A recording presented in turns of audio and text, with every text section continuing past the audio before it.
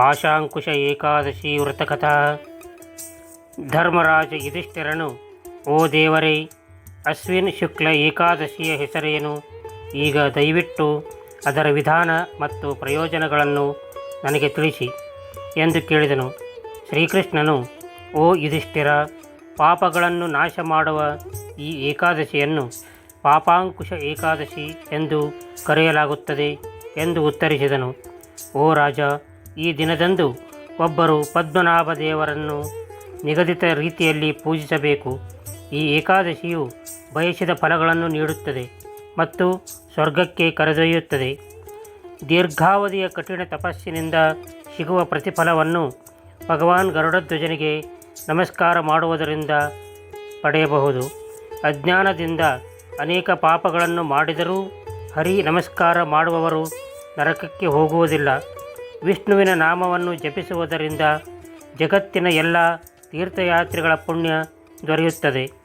ಶಾರಂಗ ಬಿಲ್ಲುಧಾರಿಯಾದ ಭಗವಾನ್ ವಿಷ್ಣುವನ್ನು ಆಶ್ರಯಿಸಿರುವವರು ಯಮನ ಹಿಂಸೆಯನ್ನು ಎಂದಿಗೂ ಸಹಿಸಿಕೊಳ್ಳಬೇಕಾಗಿಲ್ಲ.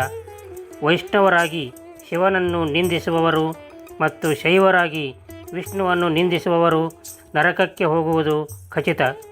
ಸಾವಿರಾರು ವಾಜಪೇಯಿ ಮತ್ತು ಅಶ್ವಮೇಧ ಯಜ್ಞಗಳ ಪ್ರತಿಫಲವು ಏಕಾದಶಿಯನ್ನು ಆಚರಿಸುವುದರಿಂದ ಸಿಗುವ ಪ್ರತಿಫಲದ 16ನೇ 1 ಭಾಗಕ್ಕೂ ಸಮನಾಗಿರುವುದಿಲ್ಲ. ಏಕಾದಶಿಗೆ ಸಮಾನವಾದ ಪುಣ್ಯ ಜಗತ್ತಿನಲ್ಲಿ ಇನ್ನೊಂದಿಲ್ಲ. ಈ ಏಕಾದಶಿಗೆ ಸಮಾನವಾದ ಉಪವಾಸ ಇನ್ನೊಂದಿಲ್ಲ. ಒಬ್ಬ ವ್ಯಕ್ತಿಯು ಪದ್ಮನಾಭ ಏಕಾದಶಿ ಉಪವಾಸವನ್ನು ಆಚರಿಸುವವರೆಗೆ ಪಾಪವು ಅವರ ದೇಹದಲ್ಲಿ ಉಳಿಯಬಹುದು. ಓ ರಾಜ, ಈ ಏಕಾದಶಿಯು ಸ್ವರ್ಗ, ಮೋಕ್ಷ, ಆರೋಗ್ಯ, ಸುಂದರ ಪತ್ನಿ, ಆಹಾರ ಮತ್ತು ಸಂಪತ್ತನ್ನು ದಯಪಾಲಿಸುತ್ತದೆ. ಗಂಗಾ, ಗಯಾ, ಕಾಶಿ, ಕುರುಕ್ಷೇತ್ರ ಮತ್ತು ಪುಷ್ಕರಗಳು ಸಹ ಏಕಾದಶಿ ಉಪವಾಸದಷ್ಟು ಪುಣ್ಯವಂತವಲ್ಲ. ಹರಿವಾಸರ ಮತ್ತು ಏಕಾದಶಿಯಂದು ಉಪವಾಸ ಮತ್ತು ಜಾಗರಣೆ ಮಾಡುವುದರಿಂದ ಸುಲಭವಾಗಿ ವಿಷ್ಣುವಿನ ನಿವಾಸವನ್ನು ಪಡೆಯಬಹುದು.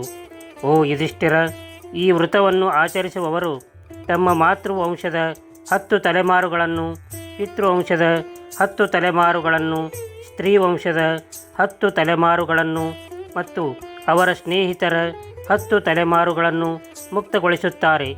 ಅವರು ದೈವಿಕ ರೂಪಗಳನ್ನು ಧರಿಸುತ್ತಾರೆ, 4 ತೋಳುಗಳನ್ನು ಹೊಂದಿರುತ್ತಾರೆ, ಹಳದಿ ವಸ್ತ್ರಗಳನ್ನು ಧರಿಸುತ್ತಾರೆ ಮತ್ತು ಗರುಡನ ಮೇಲೆ ಸವಾರಿ ಮಾಡುತ್ತಾರೆ.